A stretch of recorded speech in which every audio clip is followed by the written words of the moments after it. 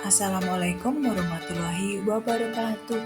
Saya Wiwi Dwi Rahayu, CGP Angkatan 11 dari UPT SD Negeri Samantar 2, Kecamatan Kanigoro, Kabupaten Blitar.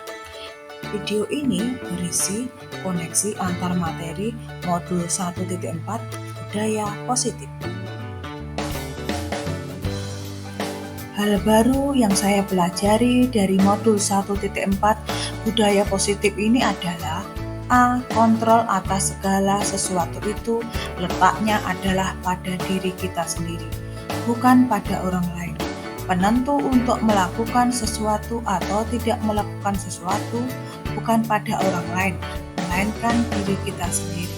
Begitu juga dengan anak-anak. Ketika mereka menuruti kita bukan karena keinginannya sendiri, maka pada saat itu ia sedang mengizinkan kita untuk mengontrol mereka. Jika mereka tidak mengizinkan, maka mereka tidak akan menurut begitu saja. B. Disiplin bukan hal yang terkait langsung dengan kekerasan, hukuman, atau paksaan untuk mendapat kepatuhan sehingga menimbulkan hal yang tidak nyaman. Disiplin sendiri ada makna di dalamnya, sebuah proses belajar secara sadar. Disiplin menurut Ki Hajar Dewantara justru bercirikan bahwa seseorang itu merdeka. Artinya adalah merdeka untuk mengontrol diri sesuai dengan kebijakan universal yang dilakukan. Sebagai guru, kita diharapkan membantu siswa mencapai kedisiplinan yang muncul dari motivasi intrinsik. C. Nilai kebijakan universal adalah sebuah kesepakatan bersama terkait sikap-sikap mulia. Di Indonesia, nilai kebijakan universal ini disepakati sebagai profil pelajar Pancasila, di mana harapannya nanti siswa kita akan menjadi lulusan dengan karakter dalam profil pelajar Pancasila. D. Ada 5 kebutuhan dasar setiap manusia yang apabila tidak terpenuhi, maka akan timbul sikap-sikap yang kurang sesuai atau sikap menyimpang yang tidak bisa diterima oleh publik. 5 kebutuhan dasar tersebut adalah 1. Kebutuhan bertahan hidup atau survival. Kedua, kebutuhan untuk dicintai, diterima, dan kasih sayang atau love and belonging. Ketiga, kebebasan atau freedom. Keempat, kesenangan atau fun. Kelima, penguasaan atau power. E. Ketika siswa berbuat hal yang salah, artinya ada kebutuhan dasarnya yang tidak terpenuhi serta ada alasan yang mendasarinya. Oleh sebab itu, guru diharapkan menerapkan segitiga restitusi setiap kali siswa berbuat salah.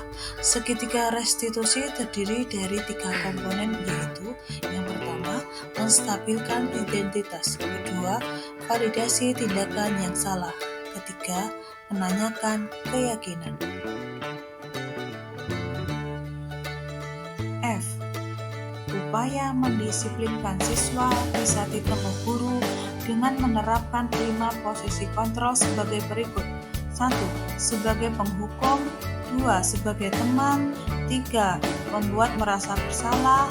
4. Sebagai pemantau. 5. Sebagai manajer. Posisi sebagai manajer adalah posisi utama yang sebaiknya dilakukan oleh guru. Sebab pada posisi ini, guru akan membuat siswa merefleksikan sendiri hal yang salah, penyebabnya, serta upaya memperbaiki secara sadar. Sehingga siswa tahu apa yang harus diperbaiki dan dipertahankan. Perasaan saya pada saat belajar mengenai modul 1.4 budaya positif ini, awalnya saya merasa bingung dan kemudian ada sedikit keraguan mengenai benar atau salahnya hal yang sudah saya lakukan selama ini. Beberapa praktik dalam mendisiplinkan siswa yang sudah pernah saya lakukan banyak yang tidak sesuai dengan apa yang saya pelajari pada modul ini. Awalnya saya tidak bisa membedakan antara konsekuensi dan hukuman. Ternyata konsekuensi ada kaitannya dengan kesalahan yang diperbuat berbuat, sedangkan hukuman tidak. Satu hal lagi yang masih membuat saya ragu mengenai reward yang selama ini saya berikan kepada murid. Menurut apa yang ada dalam modul ini, pemberian reward bisa merusak hubungan dan membuat siswa berbuat hanya semata-mata ingin mengharapkan reward. Dari sini saya akan menjadi ragu apakah yang saya lakukan selama ini salah, dan apakah memberi reward semacam ini sebaiknya dihapuskan saja.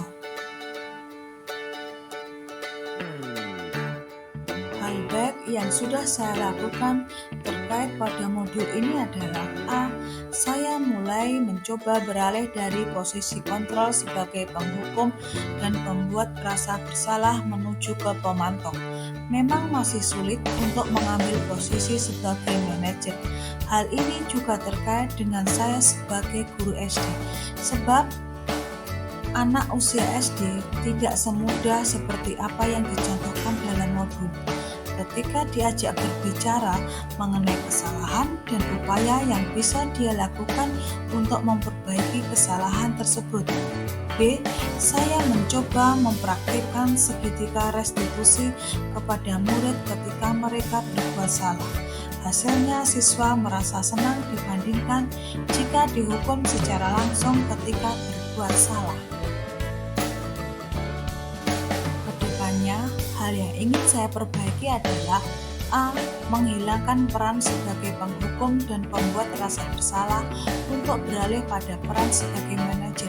B. Memperbaiki kembali cara saya memberikan reward kepada siswa. Dalam menerapkan budaya positif di kelas, tentu banyak sekali tantangan yang dihadapi. Di antaranya adalah A. Tantangan mengajak siswa usia SD untuk berbicara, berdiskusi, dan berefleksi. B. Saya mungkin akan dipandang guru lain sebagai guru yang kurang tegas kepada siswa ketika mereka berbuat salah. Sebab saya akan mulai menghilangkan peran sebagai penghukum menuju peran sebagai manajer, dan itu belum lazim dilakukan oleh rata-rata guru. Beberapa solusi untuk tantangan di atas antara lain A. Hal ini akan coba saya carikan solusi dengan mencari bahasa yang lebih mudah dipahami oleh anak. B. Mendiseminasikan serta mengkomunikasikan konsep budaya positif pada modul ini kepada guru-guru di sekolah, utamanya pada penerapan segitiga restitusi. Keterkaitan materi pada modul ini dengan materi pada modul sebelumnya menurut saya adalah budaya positif yang sudah kita bangun bisa kita laksanakan dan kita muat dalam visi kita sebagai guru penggerak. Visi sebagai guru penggerak serta budaya positif ini semata-mata adalah untuk mewujudkan pembelajaran yang berpihak pada murid sesuai dengan filosofi Ki Hajar Dewantara yang sudah kita pelajari pada modul 1.1. Salah satu nilai peran sebagai guru penggerak yang saya pelajari di modul 1.2 adalah menjadi pemimpin pembelajaran, yang salah satu caranya adalah dengan membuat visi berpihak pada siswa serta melaksanakan budaya positif di kelas. Demikian video ini saya buat. Terima kasih sudah menyaksikan. Salam dan bahagia. Wassalamualaikum warahmatullahi wabarakatuh.